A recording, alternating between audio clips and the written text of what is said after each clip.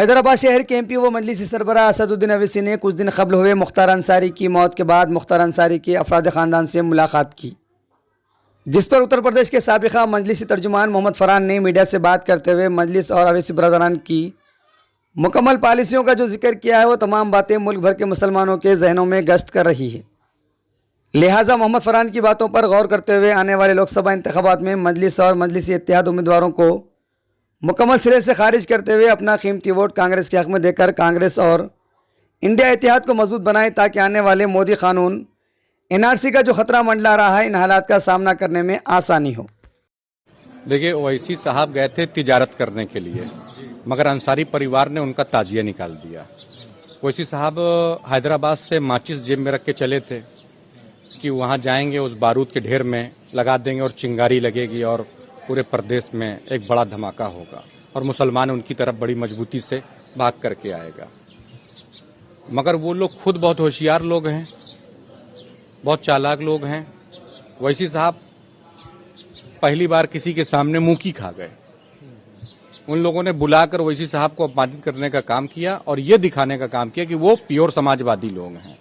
अफजाल अंसारी मिलने से इनकार कर दिए उनको, और मन्नू अंसारी जो 4 दिन तक अपने चचा के जनाजे से लेकर के उनके पुरसे तक टहल रहे थे, एक भी दिन उन्होंने लाल टोपी नहीं लगाई थी। जिस दिन ओवैसी साहब को देखा उस दिन उन्होंने लाल टोपी लगा ली। तो कुल मिलाकर ओवैसी साहब की जो योजना थी वो विफल रही उत्तर प्रदेश में। मुख्तार अंसारी परिवार से मिलने गए थे। मैं ये भी कहना चाहूँगा, उनको ये लगा कि मुसलमानों की सिंपैथी जो है मुख्तार के प्रति है और इससे मुसलमानों का वोट उनकी तरफ सॉलिड हो जाएगा। तो मैं ये कहना चाहूँगा कि अगर ये चक्कर में गए थे आप, तो आपको अतीक के बेटे उमर के पास भी जाना चाहिए सिंपैथी के लिए, उनके बेटे उमर के पास भी जाना चाहिए, और जो उनका घर टूटा है उस घर पे भी जाना चाहिए था तिजारत करने के लिए, क्योंकि दोनों मुस्लिम नेता थे, अगर आप मुस्लिम नेता के तौर पर देखना चाहते हैं। इसके अलावा मैं ये भी चाहूँगा, जो पार्टी का नेता था असलम मुखिया, जो बिहार का प्रत्याशी रहा है, जिसकी गोली मारकर हत्या कर दी गई, उसके घर नहीं गए आज तक।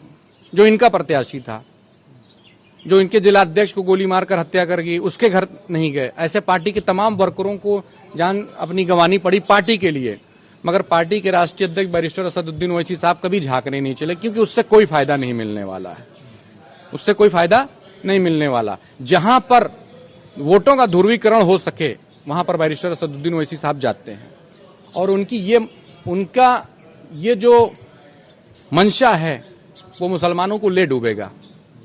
जो ये चीजें कर रहे हैं वो हिंदू और मुसलमानों के बीच में एक लंबी खाई पैदा कर देगी, जिस खाई को कोई भर नहीं पाएगा। ओवैसी साहब तो आज करके चले जाएंगे, मगर इसको पाटने के लिए हमारी आने वाली 7 पुश्तें भी लग जाएंगी, तो भी ये खाई पट नहीं पाएंगी। तो ये चीजें रही हैं। आपको ओवैसी की पार्टी में हक बोलना, सच बोलना तो किसी ने मना नहीं किया है, और अगर किसी को ये लगता है कि मैं सच बोल रहा हूं, तो मैं ये कहूंगा, सच बोलना अगर बगावत है तो समझो हम बागी हैं। दूसरा सवाल ये है कि जिस तरह से पल्लवी पटेल के साथ आपने PM बना लिया है उत्तर प्रदेश में, उसका क्या असर दिखता है? देखिए, पल्लवी पटेल के बारे में एक बात कहना चाहूंगा, ये सब एक राजनीतिक खोखे हैं, हर जगह से ठुकराए हुए लोग हैं। पल्लवी पटेल भारतीय जनता पार्टी के पास गई, वहां से उनको ठोकर मिली। पल्लवी पटेल बसपा के पास गई, वहां से उनको ठोकर मिली। अखिलेश यादव मुलायम सिंह यादव के सुपुत्र हैं, बहुत होशियार आदमी हैं। अगर उनको ये पता होता कि पल्लवी पटेल के पास पटेल वोट बैंक है, अगर पटेल वोट बैंक का कुछ अंश भी होता, तो अखिलेश यादव पल्लवी पटेल को किसी कीमत पर ओवैसी के पास जाने ना देते या किसी अन्य दल में ना जाने देते। दूसरी बात मैं कहना चाहूंगा कि अगर पल्लवी पटेल बहुत हैसियतदार है या उनके पास वोट बैंक है, तो फिर उन्हें समाजवादी पार्टी के सिंबल से चुनाव लड़ने की क्या आवश्यकता थी? वो अपने दल से चुनाव लड़ती, वो दूसरे के सिंबल से चुनाव नहीं लड़ती। मगर पल्लवी पटेल के पास कुछ नहीं है, इसीलिए वो समझौते के तहत अखिलेश यादव के सिंबल से चुनाव लड़ा। अब पल्लवी पटेल ओवैसी साहब के पास गई हैं, तो वो अपने खोखे में ओवैसी साहब का बारूद भरवाने गई हैं। वो बारूद भर जाएगा तो फिर वो किसी अन्य दल के लिए काम आएगा। खाली खोखे की कोई कीमत नहीं होती है, खाली खोखे को कबाड़ी खरीदता है। बारूद भर ये गठबंधन चल पाएगी? तो अब देखिए चलती है कि नहीं चलती, मगर ये मुझे पता है कि ओवैसी साहब उत्तर प्रदेश के अंदर एक भी सीट पर चुनाव नहीं लड़ रहे हैं। ये मीडिया को पूछना चाहिए क्यों नहीं लड़ रहे हैं, किस समझौते के तहत नहीं लड़ रहे हैं, किससे डील कर लिया है जो नहीं लड़ रहे हैं। पश्चिमी उत्तर प्रदेश में मुस्लिम बहुल है, जहां पर ओवैसी साहब का वजूद रहा है, जहां 100 सीटें लड़ाए थे जिसमें से 35 सीटों में वहां 10,000 प्लस वोट मिले, 25,000 प्लस वोट मिले, इस तरीके से वोट मिले, जिसमें से 8 सीटों की नामांकन की डेट खत्म हो चुकी है और बचे हुए 8 से 10 सीटों की नामांकन की डेट खत्म होने जा रही है। तो आप वहां पर प्रत्याशी नहीं उतारे। अब पल्लवी के साथ या और जो इस तरीके से खत्म हुए लोग हैं जो राजनीति में कहीं मतलब ठहरते नहीं हैं, उनके साथ आप गठबंधन करके पीडीएम बना रहे हैं।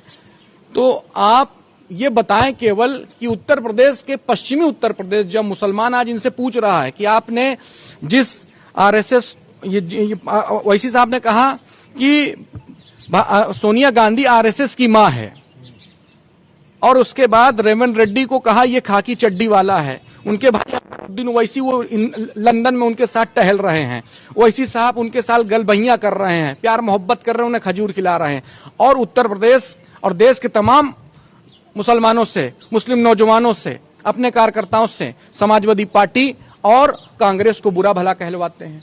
तो हमारा वजूद कहाँ रह गया? हम तो कहीं नहीं जा सकते। अब हमको तो आदमी तो अपना विरोधी ही मानेगा, क्योंकि हमसे तो इतना ज्यादा उन्होंने कहलवा दिया है पार्टी के तमाम नेताओं से। और आप खुद रेवंत रेड्डी से मिलकर के कांग्रेस पार्टी के साथ इन्होंने गठबंधन कर लिया। इसी गठबंधन के तहत ये उत्तर प्रदेश के अंदर एक भी सीटों पर चुनाव नहीं लड़ रहे हैं।